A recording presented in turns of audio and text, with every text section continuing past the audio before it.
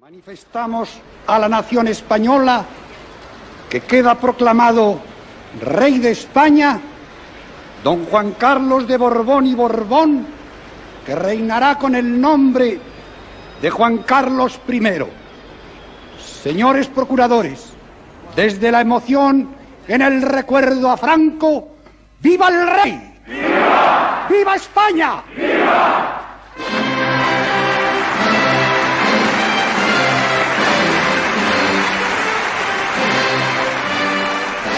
Con la proclamación de Juan Carlos de Borbón como rey, el 22 de noviembre de 1975, se pone en marcha una nueva etapa en la historia de España, tan cargada de esperanza como de incertidumbre.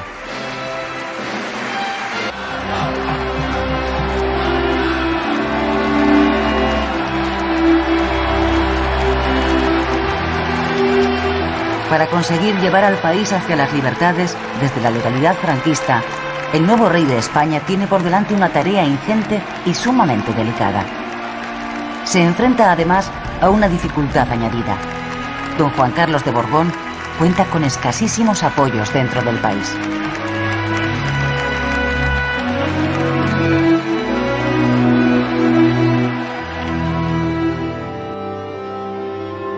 Para empezar a ganar un mínimo espacio de actuación política, el rey necesita situar en los círculos de poder del Estado a alguien de su plena confianza. Ese hombre es Torcuato Fernández Miranda. Juro servir a España con absoluta lealtad al rey.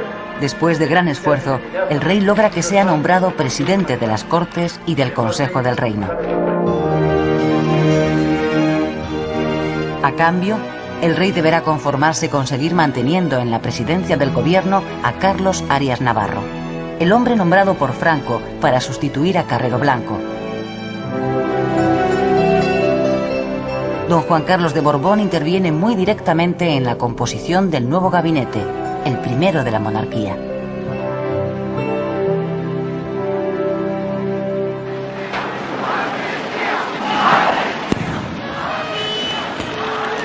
Con la restauración de la monarquía, la oposición de izquierdas incrementa su presión política en la calle para reclamar una ruptura total con el viejo régimen y un gobierno de concentración que convoque elecciones constituyentes.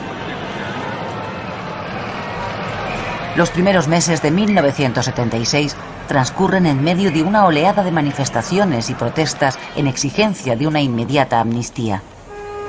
Se produce también en ese periodo el movimiento huelguístico más importante de los últimos años.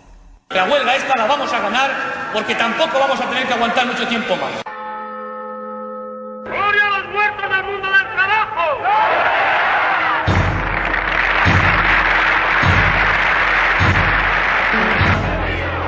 5 trabajadores muertos por disparos de la policía es el saldo de los enfrentamientos que se producen en Vitoria el 3 de marzo de 1976, después de 3 meses de huelgas.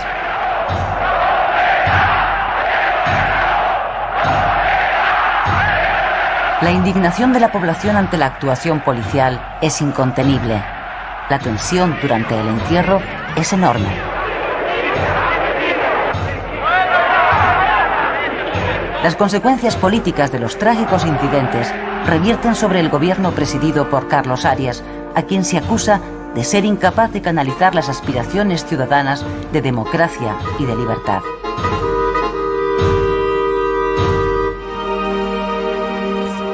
Los sucesos de Vitoria aceleran el proceso de unidad de la oposición, hasta ahora dividida en 2 organismos unitarios, la Junta y la Plataforma.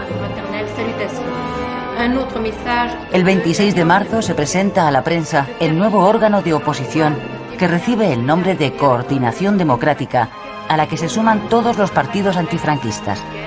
Popularmente será más conocida como la Platajunta. La Platajunta reclama la ruptura democrática con el pasado y la apertura de un proceso constituyente como única vía para alcanzar la democracia.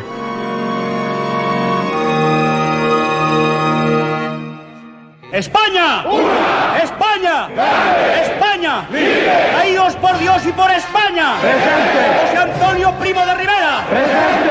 ¡Francisco Franco! ¡Presente! ¡Viva España! ¡Arriba!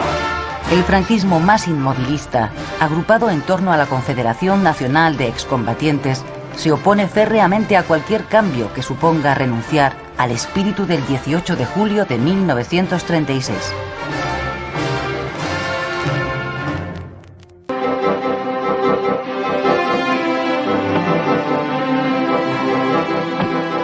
El 5 de julio de 1976, Adolfo Suárez acude a la Zarzuela para jurar su cargo como nuevo presidente del gobierno. El rey ha podido por fin, después de obtener la dimisión de Arias, nombrar a un presidente elegido por él. El nombramiento de Adolfo Suárez causa sorpresa general. Las críticas a la decisión del rey son casi unánimes. Tanto la clase política como los medios de comunicación consideran que Suárez carece de categoría política para emprender las reformas que el país necesita. La opinión general es que don Juan Carlos ha asumido un gran riesgo con este nombramiento. En ese momento se produce una apuesta en favor mío, y es una apuesta del rey. Y yo soy consciente de que el rey se juega, quizás con ese nombramiento mío, se juega casi el reinado. Soy plenamente consciente de ello. Los miembros del gobierno de Suárez son igualmente muy mal recibidos por la opinión pública, pero el rey, que confía en que este sea el gobierno que conduzca al país hacia las libertades democráticas, decide apoyarlo públicamente, presidiendo el primer Consejo de Ministros del nuevo gabinete.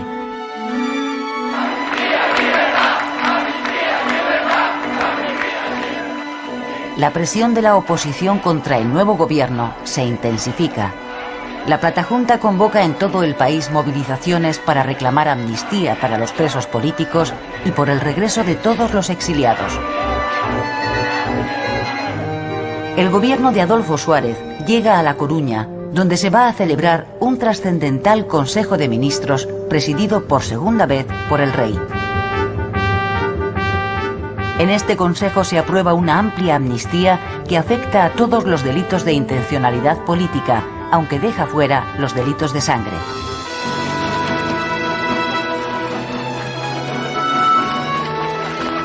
La amnistía es bien recibida por la oposición, que siente que las cosas en España pueden estar empezando a cambiar.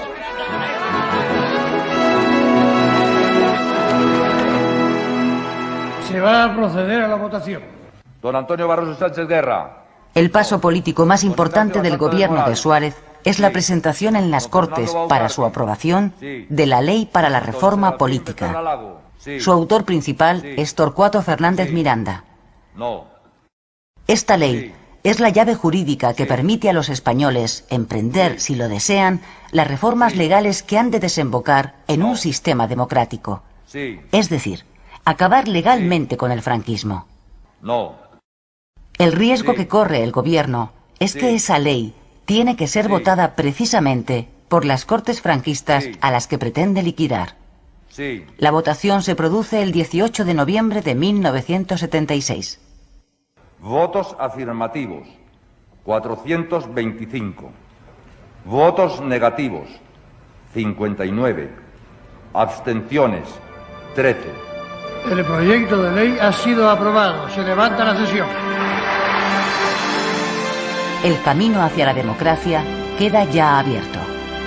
Ahora es el pueblo español quien debe decidir en referéndum si respalda o no la vía de la reforma contenida en la ley recién aprobada.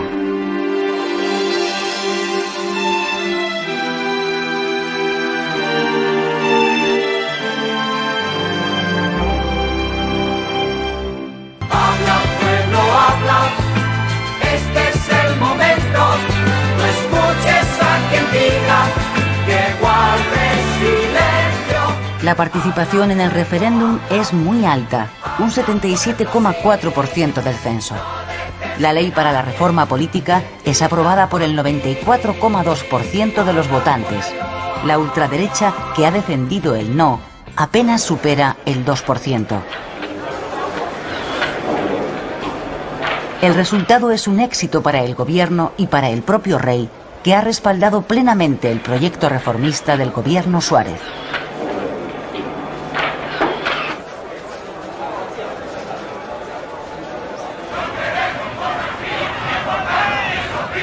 Irritada por su estrepitosa derrota en el referéndum, la ultraderecha se manifiesta violentamente en la calle contra Suárez y Fernández Miranda, los dos hombres en quienes se ha apoyado el rey para impulsar las reformas democratizadoras.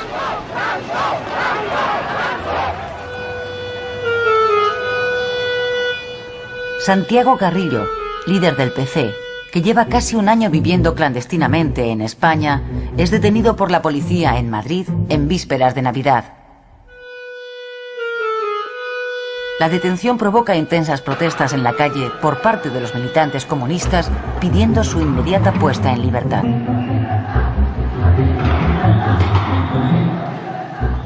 Una semana más tarde, Carrillo saldrá en libertad.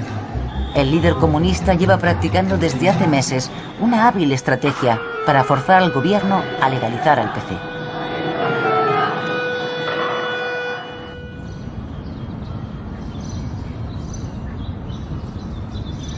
El presidente de gobierno, Adolfo Suárez, es consciente de que sin el acuerdo básico de la oposición, el proceso político emprendido será inviable. Por eso inicia, después de haber ganado el referéndum, las negociaciones oficiales con la oposición democrática. Se trata de crear, de común acuerdo, las condiciones políticas exigibles para que en el mes de junio puedan celebrarse las primeras elecciones libres. La palabra consenso se pone de moda.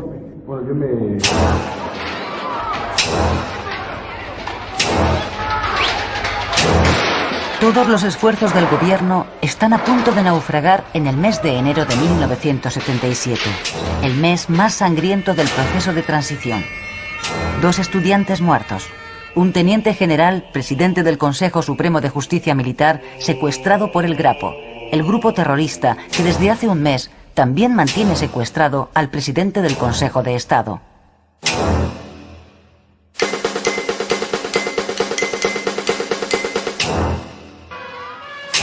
Cinco asesinados en una matanza llevada a cabo por terroristas de ultraderecha contra un despacho de abogados del Partido Comunista. Y 2 miembros de la Policía Armada y un guardia civil asesinados a tiros por terroristas del Grapo. Esta terrible serie de sucesos, cuyo balance es de 10 muertos, 15 heridos graves y 2 altos representantes del Estado secuestrados, se concentra en una sola semana que ha pasado a la historia de la transición como la Semana Negra. El entierro de los abogados asesinados que organiza el Partido Comunista se convierte en una demostración de disciplina, serenidad y orden.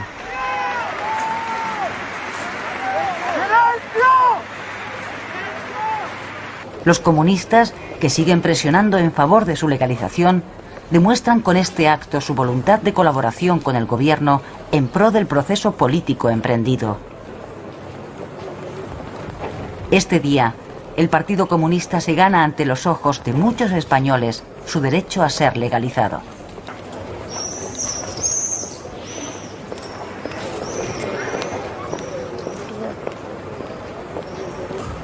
¡Nos ha matado el gobierno! ¡Gobierno de división! ¡Traidores! ¡Y Franco levantado la cabeza! Todo lo contrario ocurre en las honras fúnebres por los policías y el guardia civil asesinados por el Grapo. Miembros del sector más ultra del ejército, de la policía y de la guardia civil insultan al gobierno y le acusan de traición. Por tu misericordia.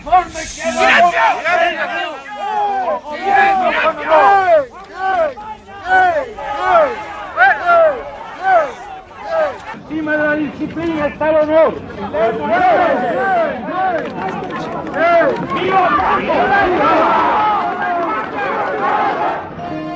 A partir del mes de febrero, y una vez liberados por la policía los secuestrados por el Grapo, el país recobra la tranquilidad.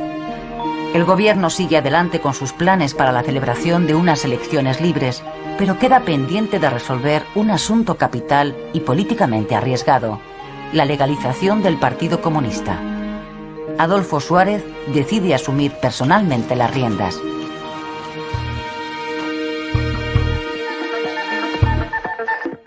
Señoras y señores, hace unos momentos, fuentes autorizadas del Ministerio de la Gobernación han confirmado que el Partido Comunista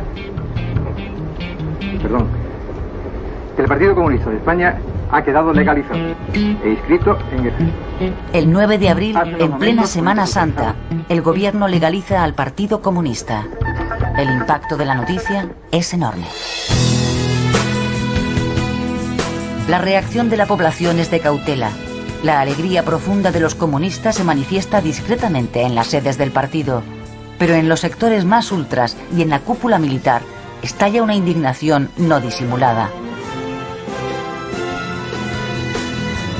Para mitigar la enorme tensión creada entre los mandos militares por la legalización del Partido Comunista, Santiago Carrillo acepta, a petición de Suárez, reconocer la monarquía, la unidad de España y la bandera nacional.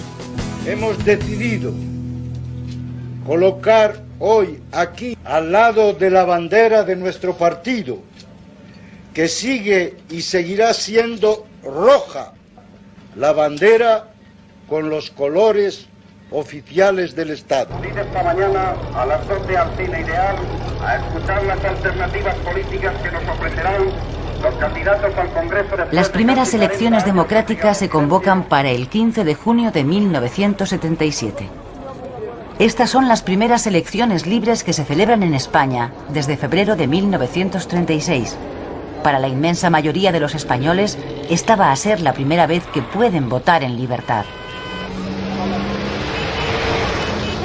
El país ha conseguido en poco más de año y medio salir de un régimen autoritario y sentar las bases de una democracia de hecho en la que el pueblo recupera su soberanía. Son casi 600 los partidos que concurren a las urnas. Las elecciones las gana la coalición centrista UCD, liderada por el presidente de gobierno Adolfo Suárez. Le sigue el Partido Socialista Obrero Español. A gran distancia de ambos, el Partido Comunista y Alianza Popular. Después, las formaciones nacionalistas. Los partidos extremistas no obtienen representación parlamentaria. Los españoles han votado moderación. El primer tramo de la transición política a la democracia se cierra el 22 de julio de 1977, cuando las nuevas Cortes Democráticas celebran su primera sesión solemne. En ella se sientan diputados de la izquierda y de la derecha, representantes de las dos Españas hasta entonces separadas y ahora unidas en una tarea común. Este solemne acto de hoy tiene una significación histórica muy concreta: el reconocimiento de la soberanía del pueblo español. El camino recorrido hasta el día de hoy no ha sido ni fácil ni sencillo, pero ha resultado posible por la sensata madurez del pueblo español. Entre todos hemos construido los cimientos de una estructura sólida para la convivencia en libertad, justicia y paz.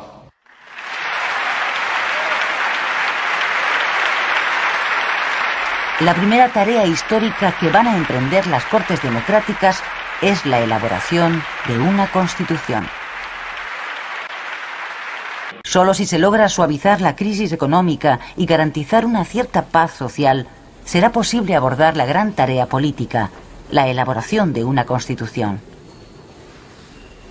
El gobierno de Adolfo Suárez propone a todos los partidos políticos de la oposición alcanzar unos pactos básicos de actuación sobre la economía española. El acuerdo se logra y en octubre de 1977 se firman los Pactos de la Moncloa. El 6 de diciembre de 1978, los españoles acuden de nuevo a las urnas para refrendar la nueva Constitución. Esta es la primera Constitución de la historia de España que se aprueba con el acuerdo de todos los partidos con representación en el Parlamento. La Constitución sanciona un régimen de libertades en un sistema plenamente democrático que se constituye como una monarquía parlamentaria y se define como Estado de las Autonomías.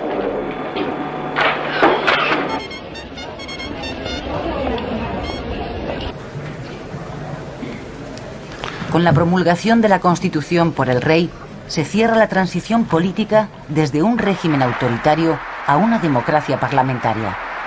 Han sido 3 años difíciles y muy intensos que los españoles han recorrido con gran esfuerzo, pero en paz.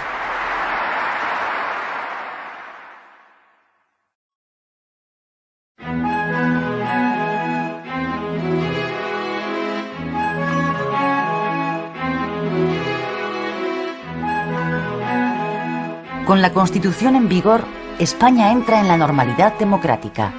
El presidente Suárez convoca para el 1 de marzo de 1979 las primeras elecciones constitucionales. ¿Queda alguien por votar? Se cierra la mesa. Unión de Centro Democrático, UCD, el partido del gobierno, se alza con la victoria, pero no alcanza la mayoría absoluta. La segunda fuerza más votada es de nuevo el Partido Socialista. Un mes más tarde se celebran las primeras elecciones municipales libres desde los tiempos de la Segunda República. Gana de nuevo UCD en número de concejales, pero el pacto alcanzado entre los socialistas y los comunistas les permite hacerse con los ayuntamientos más importantes. El profesor Enrique Tierno Galván es elegido alcalde de Madrid.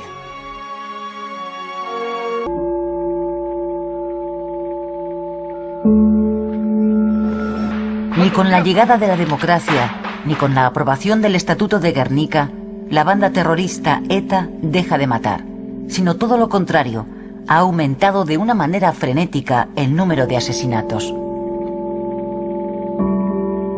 Si en 1978, durante la elaboración de la Constitución, ETA había asesinado a 68 personas, en 1979 ciega la vida de 85, y en 1980, el más sangriento de la democracia, la banda asesina a 100 españoles. Los altos mandos de las Fuerzas Armadas son el objetivo preferente de los terroristas, que buscan provocar así una reacción violenta por parte del ejército. Y en efecto, en los funerales por los militares asesinados por ETA, los insultos al gobierno y los gritos de la ultraderecha reclamando un golpe de Estado se multiplican peligrosamente.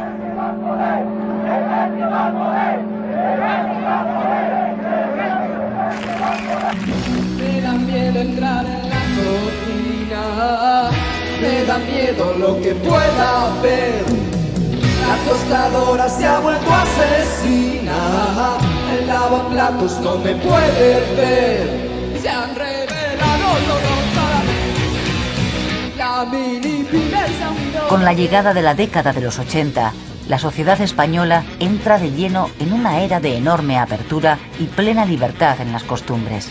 La movida se pone en marcha. Se han revelado todos a la vez. La turmix, la plancha y la mujer. La autoridad de Suárez dentro de su propio partido, la UCD, resulta cada vez más cuestionada. Primero son los varones del partido y más tarde, en el otoño de 1980, el grupo parlamentario centrista, quienes se rebelan contra su presidente. Bueno, pues yo creo que cuando uno llega a una situación como esa y piensa que su permanencia en el poder lo que va a hacer es debilitar más fuertemente la UCD, lo que va a hacer es debilitar la propia acción del gobierno, etcétera, etcétera, y al menos eso creía yo, pues con la máxima rapidez presento la dimisión.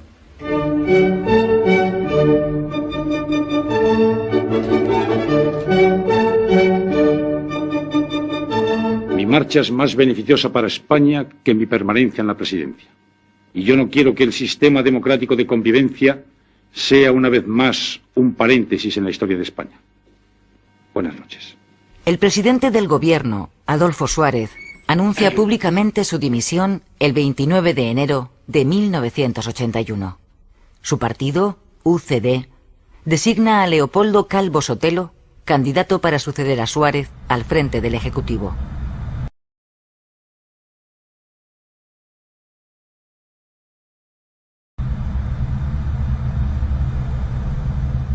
Don Manuel Núñez en Cabo. Sí, algo En estos momentos Hay un disparo. se ha oído un golpe muy fuerte en la Cámara. La Guardia Civil entra en estos momentos en el Congreso de los Diputados. Hay un teniente coronel que con una pistola sube hacia la tribuna. En estos momentos apunta. Es un guardia civil. El teniente coronel de la Guardia Civil, Antonio Tejero, encabeza el asalto a mano armada del Congreso de los Diputados. Y vemos cómo, cuidado, la policía. ¡Al suelo! ¡Al suelo todo el mundo! No podemos emitir más porque nos están apuntando con la policía. Llevan metralla. ¡Al suelo!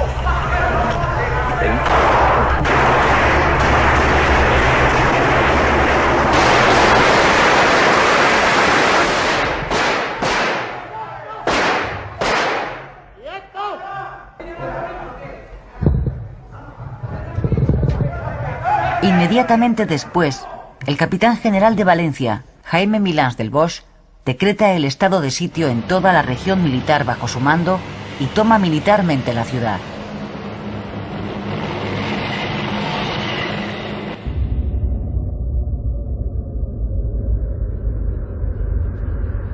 El país, sobrecogido, sigue por radio durante toda la noche las noticias sobre el golpe al que de momento no se ha sumado ninguna otra región militar. Los españoles ponen todas sus esperanzas en el rey, quien según la Constitución es el jefe supremo de las Fuerzas Armadas. Saben que lo que don Juan Carlos haga para oponerse al golpe será decisivo. Pasada la 1 de la madrugada, el rey se dirige a los españoles por televisión. La corona, símbolo de la permanencia y unidad de la patria, no puede tolerar en forma alguna acciones o actitudes de personas que pretendan interrumpir por la fuerza el proceso democrático que la Constitución votada por el pueblo español determinó en su día a través de referéndum. Las palabras del rey tranquilizan enormemente a los españoles y desmontan radicalmente la falacia mantenida por los golpistas, según la cual el levantamiento cuenta con el apoyo del monarca. Es una noche interminable de angustia, y para sorpresa de muchos, queda claro que también el general Alfonso Armada, antiguo secretario de la Casa del Rey, está implicado en el intento de golpe de Estado. Atención, unidad móvil. Atención desde la unidad móvil número 2, efectivamente los primeros diputados se acercan a la primera fila de los profesionales de la información. El 24 de febrero, al mediodía, Tejero y sus guardias se rinden. Los diputados recuperan su libertad y con ella la de todos los españoles. El golpe ha fracasado. La democracia se ha salvado.